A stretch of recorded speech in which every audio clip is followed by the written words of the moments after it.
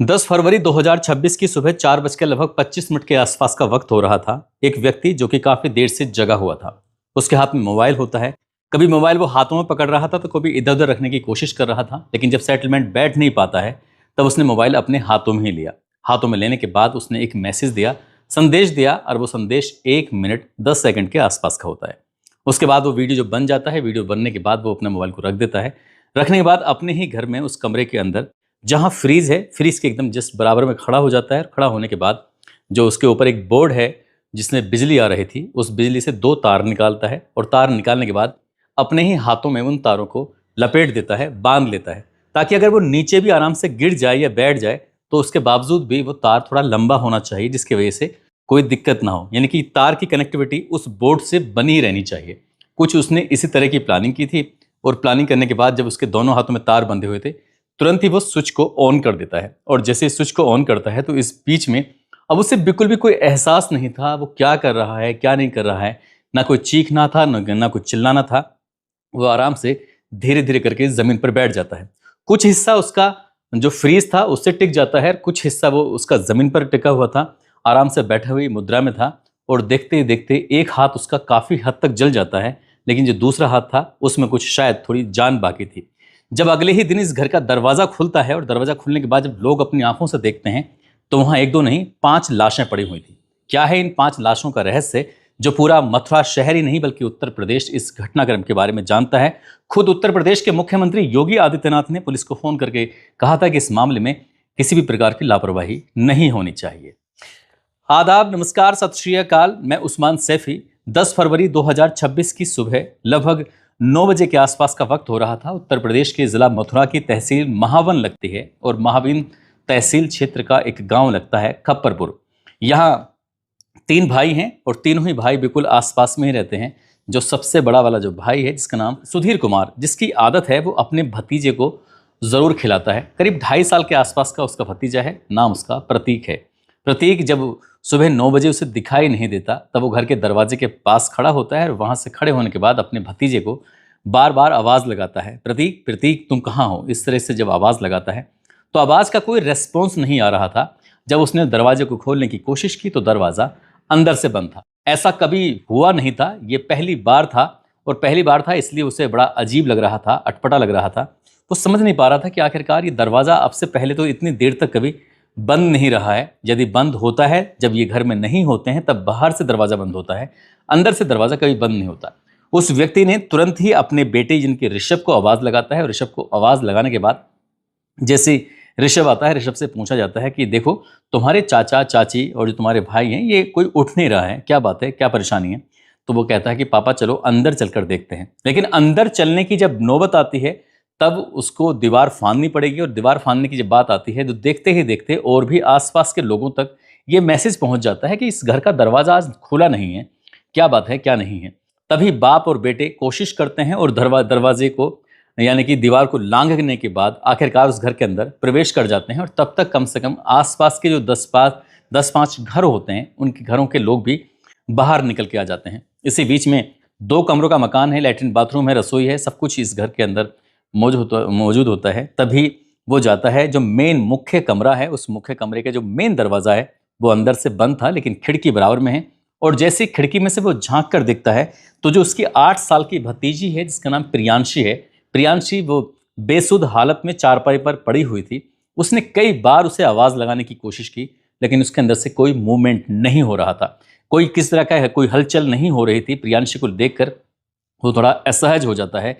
इसी बीच में सुधीर ने वहीं पास में ही जो बेड है, बेड पर जब नज़र दौड़ाने की कोशिश कर रहा है तो इस जो उसका भाई है, भाई की जो पत्नी है जिसका नाम सीमा है, सीमा पड़ी हुई है, लेकिन सीमा के जब शरीर को वो गौर से देखने की कोशिश कर रहा था तो उसके सर से ब्लड बह रहा था, और एक तरह से वो ब्लड जम चुका था। यहाँ समझने में उसे बिल्कुल भी देर नहीं लगती। वो समझ जाता है कि कुछ ना कुछ इस घर के अंदर, कमरे के अंदर अनर्थ हुआ है। बस उसने जोर जोर से चीखना शुरू कर दिया। जैसे उसने चीखना चिल्लाना शुरू किया है, मुख्य द्वार खुल चुका था। ऋषभ के माध्यम से आसपास के लोगों तक ये आवाज़ पहुंच चुकी थी, और देखते ही देखते सैकड़ों की संख्या में लोग इकट्ठा हो जाते हैं। गांव के लोग कहते हैं कि इंतज़ार किसी का भी मत करो, देर ना हो जाए, इसलिए जल्दी से दरवाज़ा तोड़ दो। अब इस दरवाजे को तोड़ा जाता है। जैसे ही पूरी ताकत से उस दरवाजे को तोड़ा जाता है, दरवाज़ा खुल जाता है। सामने चारपाई है, चारपाई पर प्रियांशी जिसकी उम्र लगभग 8 साल के आसपास है वो पड़ी हुई है। इसी बीच नजर पहुंचती है फ्रिज पर। फ्रिज के बराबर में बेसुध हालत में इस घर का जो मुखिया है जिसका नाम मनीष है, जिसकी उम्र लगभग 35 साल के आसपास है, वो भी पड़ा हुआ है। उसके हाथों पर बिजली के तार बंधे हुए थे। हाथ एक लगभग काफी मात्रा में जल चुका था और दूसरा हाथ भी वो भारी मात्रा में वो भी जल चुका था, लेकिन एक हाथ कुछ ज्यादा ही जल चुका था। फिर लोगों की नजर पहुंच जाती है बेड पर। बेड पर उसकी पत्नी पड़ी हुई है और पत्नी के साथ साथ उसकी एक बेटी जिसकी उम्र लगभग 5 साल है, नाम उसका हनी होता है। साथ ही उसकी एक बेटा है जिसकी उम्र 2.5 साल है, प्रतीक। घर के अंदर 5 लाशें पड़ी हुई थी। 5 लाशों की सूचना जब आसपास के लोगों को पहुंच जाती है तो लोग छतों पर भी खड़े हो जाते हैं। देखते ही देखते किसी ने 112 नंबर पर पुलिस को फोन कर दिया। पुलिस को जैसे ही एक घर के अंदर 5 लाशों की सूचना मिलती है तो जो संबंधित थानेदार हैं वो भी पहुंच जाते हैं टीम के साथ। उसके बाद सीओ हो, चाहे वो एसएसपी हो, डीएम हो, एडीएम हो, एसडीएम हो, इस जिले के जो आला अधिकारी थे वो भी पहुंच जाते हैं। डीआईजी से लेकर एडीजी और कमिश्नर तमाम अधिकारी पहुंच जाते हैं, बस यही जानने के लिए आखिरकार मामला क्या है। जब देखा जाता है घर के अंदर मुखिया है जो इसका नाम मनीष है, उसकी पत्नी है जिसका नाम सीमा है, उसकी बड़ी बेटी प्रियांशी जिसकी उम्र लगभग 8 साल है, दूसरी बेटी उसकी हनी जिसकी उम्र 5 साल है, और प्रतीक जिसकी उम्र लगभग 2.5 साल के आसपास है। 5 लाशों को कब्जे में लिया जाता है। कब्जे में लेने के बाद पोस्टमार्टम के लिए भेजा जाता है और जब पोस्टमार्टम होता है तो उसके बाद फिर यहाँ जांच पड़ताल में अधिकारी जुट जाते हैं। देखते ही देखते गांव में एक तरह से पूरी फोर्स बल तैनात कर दिया जाता है। अभी ये नहीं समझ पा रहे थे कि आखिरकार पूरा मामला क्या है। देखते ही देखते सोशल मीडिया पर यह खबर बहुत तेजी के साथ वायरल होना शुरू हो जाती है। बात ये प्रदेश के मुख्यमंत्री तक पहुंच जाती है। वहां से भी आदेश होता है कि इस मामले में निष्पक्ष जांच की जाए, क्या है पूरा प्रकरण इसकी तस्दीक की जाए। तभी दीवार पर लिखा हुआ एक मैसेज था वो दिखाई देता है और उसमें लिखा था, मैं मनीष कुमार और मेरी पत्नी सीमा हम अपनी मर्जी से मर रहे हैं और इसमें किसी का कोई दोष नहीं है, इसलिए किसी को परेशान ना किया जाए। जब पहली नजर दीवार पर पड़ती है तो उसे देख के लगता है कि शायद इन्होंने अपनी जीवन लीला खुद से समाप्त की है। उसके बाद फिर देखा जाता है एक डायरी मिलती है। डायरी के कई पन्ने थे जो फट चुके थे, लेकिन 3 पन्ने ऐसे थे जिस पर कारण लिखा हुआ था। पहले पन्ने पर वही कारण जो दीवार पर लिखा हुआ है। दूसरा कारण लिखा हुआ था कि जो सतीश है बिरामपुर वाले, उनको हमने अपना एक प्लॉट बेचा था। प्लॉट के बारे में उसके नंबर भी लिखा हुआ है और इसमें बारे में बताया जाता है कि ये 19 लाख रुपए का प्लॉट था। वहां से 12,60,000 रुपए आ चुके हैं और 7 लाख रुपए बकाया हैं। उसका कोई दोष नहीं है, बस उससे पैसे ले लेना। बात तय ये हुई थी कि जब प्लॉट का नाप तोल होगी, क्योंकि प्लॉट की थोड़ी मात्रा ज़्यादा है और उसकी नाप तोल होगी तो फिर उसके बाद वो पैसे भी दे देगा। 6 महीने का इसका टाइम ड्यूरेशन था। ऐसे ही अगले पेज में एक मैसेज लिखा हुआ था और मैसेज में यही था कि किसी को परेशान ना किया जाए, ये जो भी कुछ कर रहे हैं हम अपनी मर्जी से कर रहे हैं। ये जो संदेश लिखा हुआ था, इसी बीच में एक जो मोबाइल था घर का, जब मोबाइल मिल जाता है तो मोबाइल को देखने के बाद 1 मिनट 10 सेकंड का वो मैसेज था, संदेश था और उस मैसेज में भी वही बात लिखी थी जो दीवार पर लिखी हुई थी। लेकिन जब एक्सपर्ट लोगों ने जानने की कोशिश की तो पता चलता है कि सुबह 4:25 तारीख थी 10 फरवरी 2026, 1 मिनट 10 सेकंड में वो संदेश, वो मैसेज दिया गया था। अब पुलिस ने इस मामले की जांच पड़ताल करना शुरू किया। पता चलता है कि जो सीमा है, सीमा से इस मनीष की शादी 8 साल पहले हुई थी और जो सीमा रहने वाली होती है हाथरस में ही एक गांव लगता है मड़नई की रहने वाली होती है। लेकिन बड़े इत्तेफाक की दिलचस्प की बात यह है कि वो अपने माँ और बाप की इकलौती संतान होती है जिसका नाम सीमा होता है। उसका ना कोई भाई होता है ना कोई बहन होती है।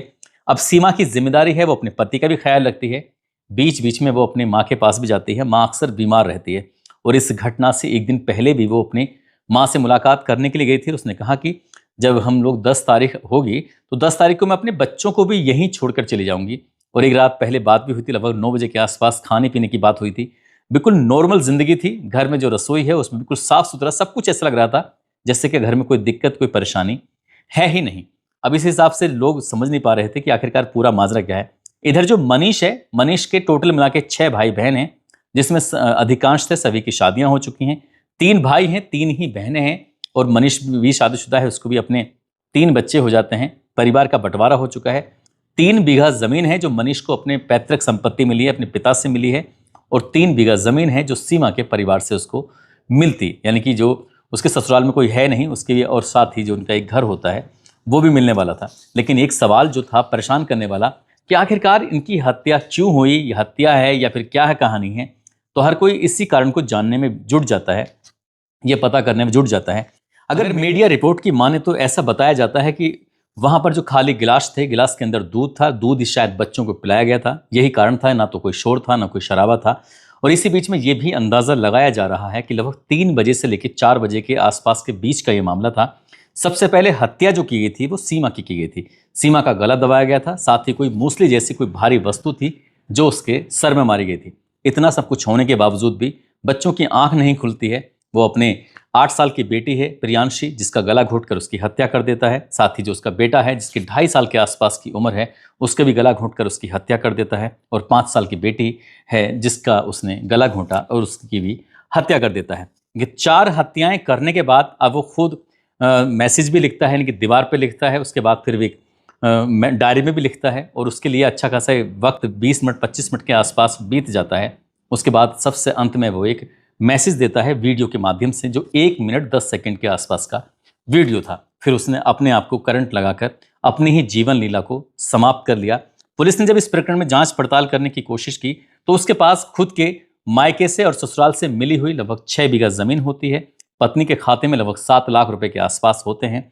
इसके बावजूद भी उसके पास दुख का क्या कारण था, ये उसके साथ ही चला जाता है। ये दुख का कारण कभी खुलकर भी आएगा या नहीं आएगा, इसके बारे में कुछ कह नहीं सकते। लेकिन एक चीज है, ये मंदिर में एक पोटली बांधने वाली बात सामने आती है। जो शाहपुर हवेली में एक मंदिर होता है जो 10 साल पहले बना था। इसी मंदिर में कभी मनीष ने मजदूरी की थी, श्रमदान किया था। और श्रमदान करने के दौरान पिछले 3 महीने से वो शनिवार और मंगलवार को हर बार वो जाता था। वहां के कुछ जानकार बताते हैं, जब मीडिया ने पता करने की कोशिश की कि उसे शराब पीने की, उसे नशा करने की बहुत ज़्यादा अलग सी लत लग जाती है और उस लत से छुटकारा पाने के लिए वो मंदिर में जाता है। और वहाँ जाने के बाद वो अपने आप को कुछ ठीक करने की कोशिश कर रहा था। और 3 साल पहले से ही उसने ये जो नशा था, चाहे वो शराब का हो या अन्य किसी तरह का नशा हो, उसने त्याग दिया था, ख़त्म कर दिया था। हालांकि उसने कुछ दिन पहले अपनी ज़मीन भी बेची थी और घर में किसी चीज़ की कोई कमी महसूस नहीं होती है। लेकिन वीडियो के माध्यम से उसने कहा कि मेरा अपना खुद का एक दुख है, उस दुख की वजह से मैं अपनी जीवन लीला को समाप्त कर रहा हूं। उसके अंदर दुख था तो समझ में आता है, लेकिन जो पत्नी का क्या दुख था, बच्चों की क्या गलती थी जो जिनको मौत के घाट उतारा गया, उसके बाद उसने अपनी जीवन लीला को समाप्त किया। हालांकि पुलिस हर पहलू पर जांच पड़ताल करने में जुटी हुई है, कोशिश कर रही है पुलिस कि आखिरकार वो सच सामने आ सके। साथ ही पुलिस ये भी जानने में जुटी हुई है कि तंत्र मंत्र के चलते कहीं कुछ वैसा मामला तो नहीं हुआ है। क्योंकि जब इस मंदिर में जाते हैं तो वहाँ सफ़ेद रंग की, वहाँ पीले रंग की और वहाँ लाल रंग की पोटलियाँ बांधी जाती हैं मन्नतें मांगने के लिए। ऐसा भी बताया जाता कि मनीष ने भी एक पोटली बांधी हुई थी। क्या उन पोटलियों में मनीष की भी पोटली है या नहीं है, पुलिस इस मामले की भी जांच पड़ताल में जुटी हुई है। जब मीडिया ने परिवार वालों से बातचीत करने की कोशिश की तो परिवार के लोगों ने सीमा के परिवार को दोषी बताया, उनके ऊपर कुछ उंगलियां उठाना शुरू कर दिया। और जब सीमा के परिवार वालों से, इनके मायके वालों से बातचीत की जाती है तो उन्होंने सीमा के जो ससुराल वाले थे उन पर आरोप लगाना शुरू कर दिया। क्या है इन आरोपों की कहानी, हालांकि पुलिस ही इस मामले की जांच पड़ताल कर सकेगी। लेकिन मरने वाले ने साफ साफ कह दिया किसी का कोई दोष नहीं है, वो अपनी मर्जी से मर रहा है। दोस्तों, इस पूरे घटनाक्रम को सुनाने का उद्देश्य किसी को परेशान करना नहीं है, किसी का दिल दुखाना नहीं है, बल्कि आपको जागरूक करना है, आपको सचेत करना है। कितना भी बड़ा दुख हो, ऐसा बुजुर्ग लोग कहते हैं कि दोस्तों के साथ जरूर बैठना चाहिए। दोस्तों के साथ बैठते हैं तो वहां पर हंसी मजाक ठिठोली भी होती है और सारे दुख दूर हो जाते हैं। इसलिए जिंदगी में दोस्त जरूर बनाने चाहिए और अपने सुख दुख की बातें जरूर करनी चाहिए।